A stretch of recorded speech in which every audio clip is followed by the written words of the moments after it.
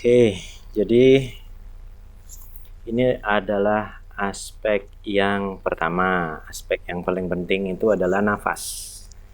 Jadi dengan nafas yang benar kita bisa mencapai kesadaran spiritual, kita bisa mencapai wawasan yang bagus, kita bisa makan yang enak dan bahkan tidur dengan lebih nyenyak. Nah, jadi jika kita bernapas dengan benar, kita tidak bernapas dengan benar, kita tidak memiliki kondisi atau fondasi yang kuat untuk kesehatan kita. Seperti itu. Jadi kita tidak memiliki fondasi untuk kesehatan yang benar-benar kita inginkan, yang benar-benar mandiri. Nah, karena kondisi kesehatan yang baik itu akan dimulai atau akan diawali dengan kondisi kesadaran. Kondisi kesadaran penuh ini adalah kondisi utama. Ini adalah kondisi utama bagi tujuan untuk mencapai kondisi kesehatan yang kita inginkan. Jadi kembali seperti yang saya sampaikan sebelumnya tentang bahwa tubuh kita itu akan menyembuhkan dirinya sendiri. Nah, bagaimana caranya supaya tubuh bisa menyembuhkan dirinya sendiri? Ya kita jaga kesehatan. Nah, ini salah satu, dengan melatih kesadaran ini juga akan merangsang tubuh kita untuk menyembuhkan dirinya sendiri. Melatih kesadaran kita atas nafas. Jadi secara pribadi saya juga mempraktikkan teknik pernapasan pranayama ini dan saya gabungkan dengan beberapa teknik pranayama yang ada dalam sebuah metode yang saya sebut dengan Anggit Prana ini. Karena saya merasa dengan Anggit Prana saya benar-benar dapat mengelola napas dengan cara yang berbeda, dan saya merasa sistem ini benar-benar saling melengkapi dari beberapa jenis pranayama ini. Seperti itu. Karena dalam pranayama itu ada banyak sekali hal yang dilakukan dengan nafas masuk atau saat kita menarik nafas, saat kita menghembuskan nafas, dan juga pada saat kita menahan nafas. Nah, ini dengan melatih Anggit Prana ini, kita melatih kemampuan kita untuk mengelola udara. Nah, ini untuk mengelola udara yang masuk, untuk udara yang kita keluarkan, dan kita benar-benar berfokus pada seluruh nafas, pada holistik, pada keseluruhan pola nafas kita, cara kita bernafas. Jadi hal pertama, kita menghirup nafas. Nah, apa artinya? Nah, ini adalah sebuah proses di mana kita memasukkan energi kosmik, kita masukkan energi kosmik ke dalam tubuh dan kemudian kita menahan nafas. Kita tahan nafas yang kita hirup tadi. Nah, menahan nafas ini terletak di antara hirupan dan hembusan. Nah, kemudian setelah itu kita menghembuskan nafas. Nah, apa artinya kita menghembuskan nafas? Ya, artinya kita melepaskan kembali energi kosmik tersebut ke alam semesta. Yang tadinya kita tarik, kita tahan, kita ekstrak, kemudian kita lepaskan lagi. Nah, kita tahan dulu itu untuk mengekstrak semua energi yang ada di dalam udara itu. Nah, ini merupakan salah satu teknik dalam pernapasan Anggit Prana. Kemudian, jadi ini adalah tentang bagaimana kita memiliki kesadaran atas setiap langkah dalam pernapasan kita. Nah, di sini saya mengajak Anda semua untuk mengamati bagaimana Anda bernafas dan benar-benar menyadari, benar-benar itu kita sadari nafas kita itu. Jadi misalnya kalau Anda mendengkur, mengalami kesulitan bernapas, atau mungkin sesak napas, atau mungkin Anda memiliki masalah dengan metabolisme. Misalnya, ada seseorang yang mengalami asma, bronkitis, batuk, sinus, demam tinggi, alergi. Nah, itu juga bisa disembuhkan dengan memperbaiki nafas. Dan bahkan, dengan memperbaiki nafas, kita akan memperbaiki atau menyembuhkan kecemasan atau masalah tidur juga. Dan banyak hal-hal Saya bertemu dengan beberapa orang, klien saya, orang yang sangat cemas ya. Orang yang pikirannya sangat cemas disebabkan oleh itu. Ini pengaruhnya berhubungan atau berkaitan langsung dengan cara bernapas yang tidak berfungsi dengan baik. Sebagai contoh, misalnya, seseorang yang memiliki penyakit asma, bisa saja dia akan mengalami kecemasan. Cemas, nanti bagaimana kalau ini tiba-tiba kumat, kayak gitu. Kemudian ada juga yang cemas, karena cemas kemudian memiliki gangguan pernapasan. Nah, ini mereka saling berkaitan. Jadi ini sebenarnya benar-benar berkaitan satu sama lain. Nah, kemudian, jadi dengan memiliki kesadaran atau sadar akan nafas kita akan membantu menyeimbangkan ini, semua gangguan ini. Gangguan kecemasan, ketakutan, yang mungkin seolah-olah itu tidak berhubungan ya. Tapi kalau kita mengingat kembali yang tadi, bahwa nafas adalah kehidupan, maka itu akan tampak sangat berhubungan antara satu dengan yang lainnya. Seperti itu. Kemudian, sebagai contoh ini, hal pertama yang kita lakukan saat kita lahir ya, adalah mengambil nafas. Seperti itu.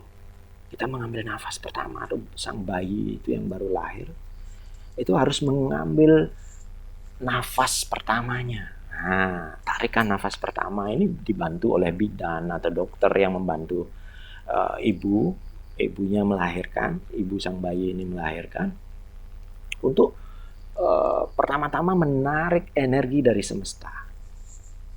Nah, sebelum bayi ini terlahir disebut janin, maka janin ini mendapatkan energi prana atau energi semesta ini dari tali pusar yang terhubung langsung dengan sang ibu. Nah, kemudian pada saat bayi ini lahir, otomatis dia harus mempersiapkan diri. Untuk itu tali pusarnya akan dipotong, maka dia harus mendapat sumber prana yang lain. Nah, di sini dalam hal ini tali pusar itu sangat penting bagi sang janin dan bagi bayi atau bagi manusia yang baru terlahir ini. Untuk mendapatkan pasokan prana ini diperlukan sumber lain, yaitu melalui nafas. Untuk mendapatkan sumber energi kosmik ini melalui nafas. Nah, ini sangat diperlukan. Bayangkan, misalnya seorang bayi terlahir dan kesulitan menarik nafas, misalnya ada air di kerongkongannya, maka dia tidak bisa mengekstrak energi kosmik ini. Makanya para bidan, para dokter, dan siapapun yang membantu seorang ibu untuk melahirkan bayinya, maka si bayi ini akan diusahakan mungkin disedot. Kalau sekarang kan ada alat yang canggih ya, disedot pakai selang dengan tabung, apa itu namanya saya kurang tahu, ditarik, itu disedot semua air-air yang menghalangi jalur nafas ini. Begitu semua cairan itu keluar, maka sang bayi menarik nafasnya pertama, diekstrak semua kekuatan itu, kekuatan energi kosmik itu, kemudian dilepaskan kembali. Pada saat melepaskan ini terjadilah tangisan, ini menghembuskan nafas ekstraksi pertama, sangat kuat ini. Nah, itu prosesnya bagaimana kita mendapatkan prana di awal kehidupan kita, seperti itu. Karena kalau tanpa ekstraksi kekuatan kosmik ini akan terjadi masalah bagi sang bayi. Hal pertama yang kita lakukan adalah kita menghirup kekuatan kosmos, kekuatan hidup, urip, atau apapun namanya, daya hidup alam semesta. Dan hal terakhir yang kita akan lakukan juga adalah menghembuskan nafas. Ya, kita menghembuskan nafas, itu artinya kita mengembalikan energi kosmik itu kembali ke alam semesta. Nah, itu namanya hembusan nafas terakhir. Makanya orang kalau meninggal itu sudah menghembuskan nafas terakhir, kan seperti itu disampaikan dalam beberapa kalimat-kalimat bijak, sudah menghembuskan nafas terakhir, seperti itu.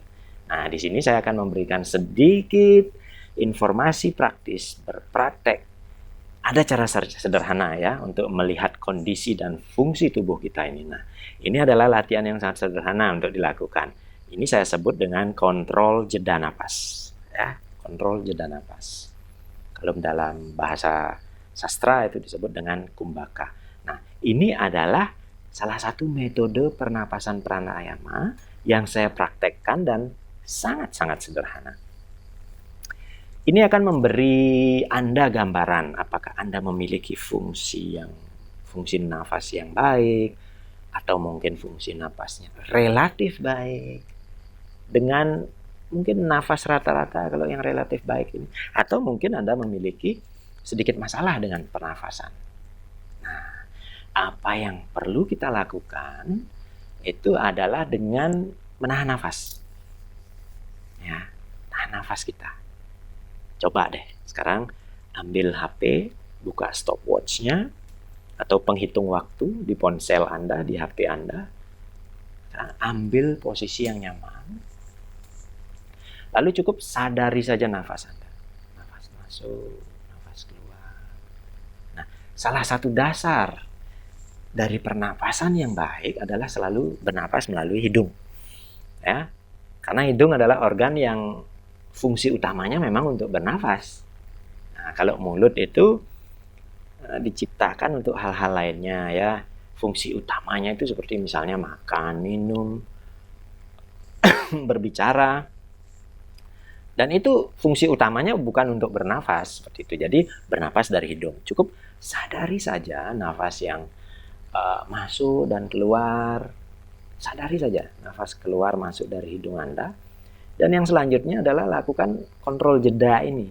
Kontrol jeda nafas ini. Caranya gimana? Cukup tarik nafas normal aja. Biasa aja. Normal. Tarik nafas normal. Kemudian hembuskan juga normal. Tarik nafas lagi. Hembuskan normal. Nah, setelah dihembuskan, jepit hidung dengan jarinya. Nah, dijepit gini. Nah, coba tahan nafas dalam waktu yang lama ya. Nah, ini kontrol jeda nafas yang. Nah, artinya di sini Anda menahan nafas sampai benar-benar merasakan tubuh Anda bereaksi. Ya. Nah, mungkin Anda akan merasakan ada kontraksi di sini, di diafragma.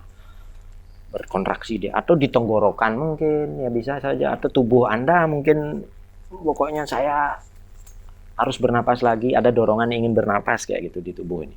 Nah, dan ingat, ini bukan menahan nafas Anda secara paksa, bukan. Jangan berusaha menahan nafas selama mungkin, tidak. Ini hanya kita mengenali diri kita.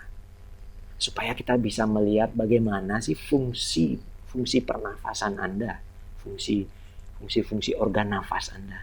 Nah, ini harus benar-benar respons yang wajar. Ya, jangan dibuat-buat, jangan dipaksa, enggak. Biarkan saja. Begitu Anda merasakan dorongan untuk bernafas, atau ada keinginan untuk bernafas lagi, ada tubuh ini sudah memerlukan oksigen untuk bernafas kembali, nah cukup lepaskan, tadi dijepit ya, lepaskan jari Anda dari hidung. Tadi kan ditutup, mulut tertutup, hidung dijepit setelah mengembuskan. Ya, begitu sudah ada dorongan bernapas, baru tarik nafas normal lagi melalui hidung. Kemudian setelah tarik nafas, tekan stopwatch-nya. Nah, sekarang hitung. Apa yang Anda lihat di sana? Nah, Anda akan melihat kemampuan kontrol jeda nafas Anda ini. Ya, jangan sampai Anda nahan nafas itu sampai sesak. Nggak harus dipaksa, jangan dipaksa. Cukup tahan aja sampai tubuh ini seolah-olah sudah merasa meminta untuk bernapas kembali. Nah, jangan dipaksa. Ya. Sekarang silakan coba latihan sederhana itu. Oke, silakan. Tarik, hembuskan, tahan. Nah, setelah beberapa lama Anda mengontrol jeda napas ini, nah apa yang mungkin Anda rasakan? Itu mungkin ada peningkatan air liur, mungkin di mulut. Nah, ini bagus, tandanya bagus. Nah, beberapa dari Anda mungkin merasa tubuh Anda menjadi kayak hangat ya. Nah itu juga pertanda bagus. Kehangatan mungkin di tangan atau di kaki ya, di kaki. Nah itu artinya tubuh Anda memiliki oksigenasi yang baik. Oksigenasi yang baik belum tentu banyak oksigen. Enggak. Oksigenasi yang baik tidak selalu karena banyak oksigen. Nah, cara hidup kita di dunia ini lebih banyak sekarang kita mengalami kelebihan kinerja gitulah, anggap ya. Overworking itu istilahnya. Atau sejenisnya itulah yang bisa bikin stres atau apa. Pokoknya kebanyakan lah kerjaannya. Nah, saat kita berbicara tentang hal-hal secara holistik, ya, itu kembali lagi hal itu adalah tentang keseimbangan. Selalu kembali pada keseimbangan sesuai dengan konsep yoga adalah mengembalikan keseimbangan. Nah, tapi akhir-akhir ini atau di zaman ini beberapa dari kita ada yang mungkin makannya terlalu banyak, mungkin terlalu banyak olahraga misalnya juga ya, ada juga yang seperti itu. Nah, terlalu banyak bernafas. Nah, bernafas yang terlalu banyak juga tidak terlalu bermanfaat kalau caranya tidak benar. Ya, ini contoh aja ya, saya tahu. Mungkin ada beberapa dari Anda ikut training olahraga tertentu, fitness atau apa, dan ada seseorang yang memberikan Anda motivasi untuk narik nafas dalam-dalam. Mungkin ada kayak tarik nafas. Nah, nafas yang dalam itu memang bagus. Bagus ya. Tetapi harus tahu metodenya. Di awal lakukan lambat, bertahap, lembut, bukan kasar. Bukan kasar nafasnya. Misalnya nafas yang kasar itu ada suaranya. Kalau lembut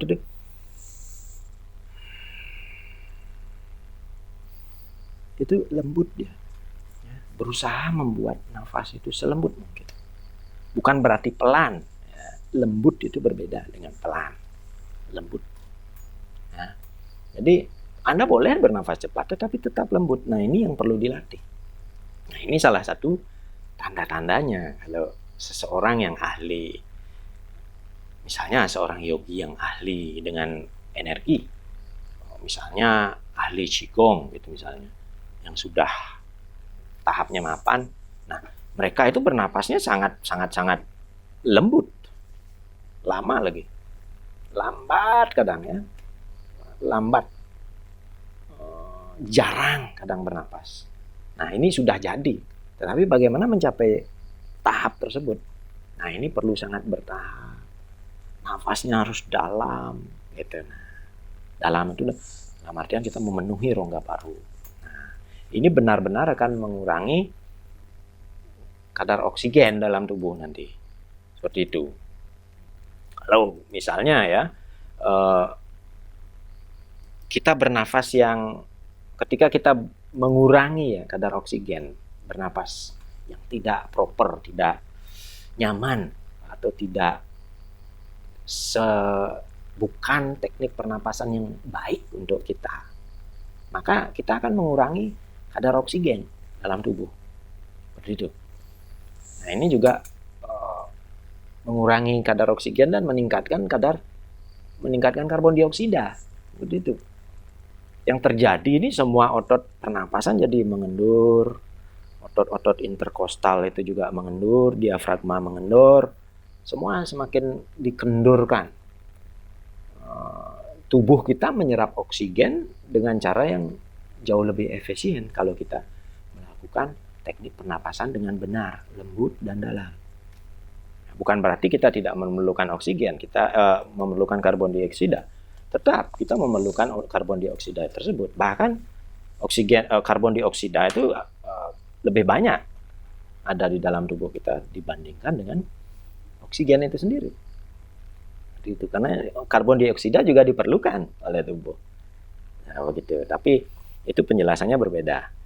Saya jelaskan untuk saat ini dengan cara bernafas yang benar itu juga akan mengurangi atau itu akan meningkatkan aliran darah ke otak, meningkatkan konsentrasi dan banyak hal lainnya yang menjadi manfaat sangat baik tentang teknik pernapasan ini.